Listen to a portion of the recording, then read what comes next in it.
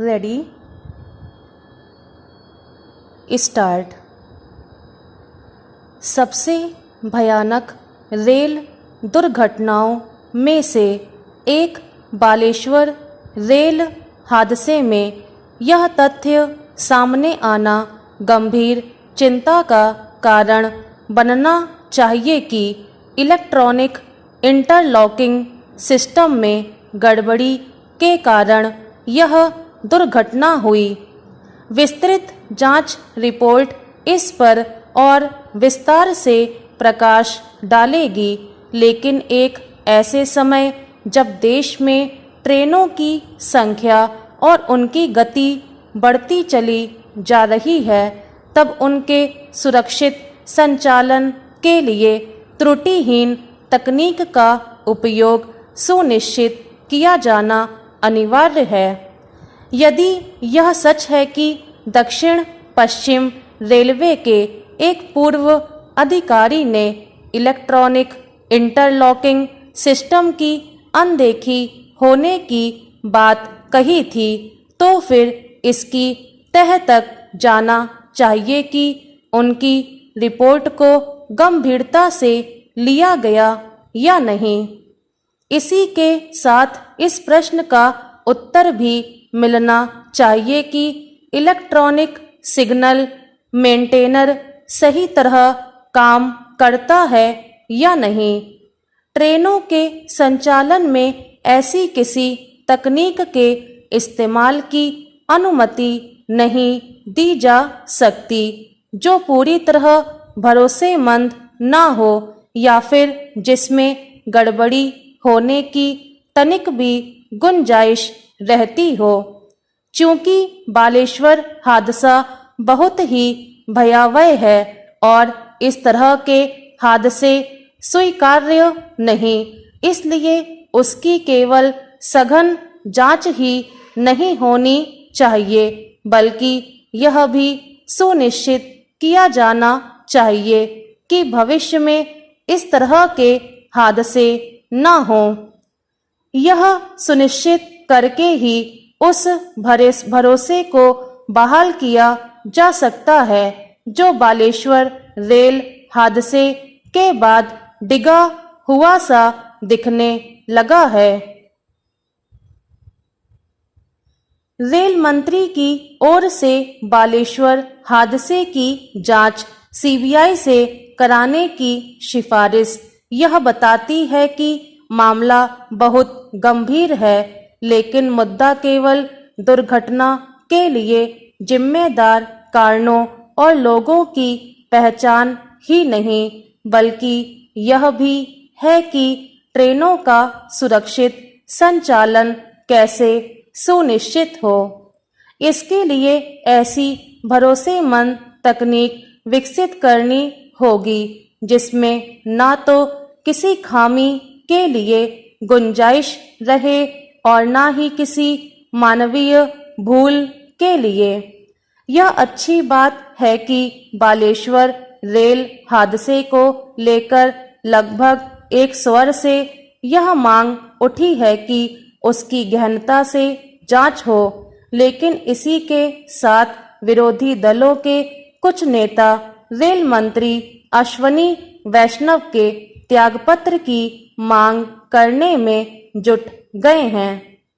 यह मांग करने वालों को अपने आप से यह प्रश्न करना चाहिए कि क्या रेल मंत्री का त्यागपत्र उन कारणों का निवारण करने में सहायक सिद्ध होगा जिनके चलते इतना बड़ा हादसा हुआ और जिसमें 275 रेल यात्री मारे गए और 1000 के करीब घायल हो गए। यह विडंबना ही है कि अश्वनी वैष्णव से त्यागपत्र मांगने वालों में वे पूर्व रेल मंत्री भी हैं जिनके समय भी बड़े रेल हादसे हुए और तब उन्होंने त्यागपत्र देने की कोई आवश्यकता नहीं समझी। रेल मंत्री से त्यागपत्र मांगने वालों को इसकी अनदेखी करनी चाहिए कि उन्होंने रेलवे की हालत सुधारने और ट्रेनों के सुरक्षित संचालन की दिशा में उल्लेखनीय कार्य किया है।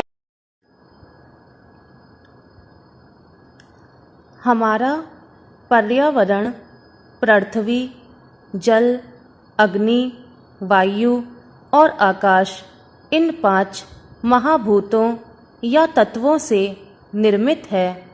आरंभ में मनुष्य इनके प्रचंड प्रभाव को देख चकित थे। ऐसे में यदि इनमें देवत्व के दर्शन की परंपरा चल पड़ी तो कोई अजूबा नहीं है। भारतीय समाज में यह एक स्वीकृत मान्यता के रूप में आज भी प्रचलित है। अग्नि, सूर्य, चंद्र, आकाश, पृथ्वी और वायु आदि ईश्वर के प्रत्यक्ष तनु या शरीर कहे गए हैं। अनेकानेक देवी देवताओं की संकल्पना प्रकृति के उपादानों से की जाती रही है, जो आज भी प्रचलित है। शिव पशुपति और पार्थिव हैं तो गणेश गजानन हैं। सीता जी पृथ्वी माता से निकली हैं। द्रौपदी यज्ञ की अग्नि से उपजी याज्ञसेनी हैं। वैसे भी पर्यावरण का हर पहलू हमारे लिए उपयोगी है और जीवन को संभव बनाता है। वृक्ष, वायु संचार के मुख्य आधार हैं। ये वातावरण को स्वस्थ बनाते हैं। कई वृक्ष देवताओं के आवास माने जाते हैं तो कई देव स्वरूप मान लिए गए हैं। आयुर्वेद में नाना प्रकार की जीवनदायी औषधियाँ विभिन्न वृक्षों के पत्तों, फलों, फूलों, जड़ों और छालों से मिलती हैं। भारतीय पर्यावरण चिंतन का सबसे विलक्षण पक्ष यह है कि पार्थिव रचनाएं भी हमारे लिए पूज्य हैं। अनेक कुंड, सरोवर, वन और पर्वत पवित्र तीर्थ के रूप में, आराधना स्थल के रूप में लोकप्रिय हैं। नदियों में स्नान पुण्यदायी है। माघ पूस की कड़क ठंड में प्रयाग में संगम तट पर लोग कल्पवास करते हैं। मंदिर में प्राण प्रतिष्ठा के बाद पत्थर और काठ की मूर्तियां सजीव स्वीकार ली जाती हैं।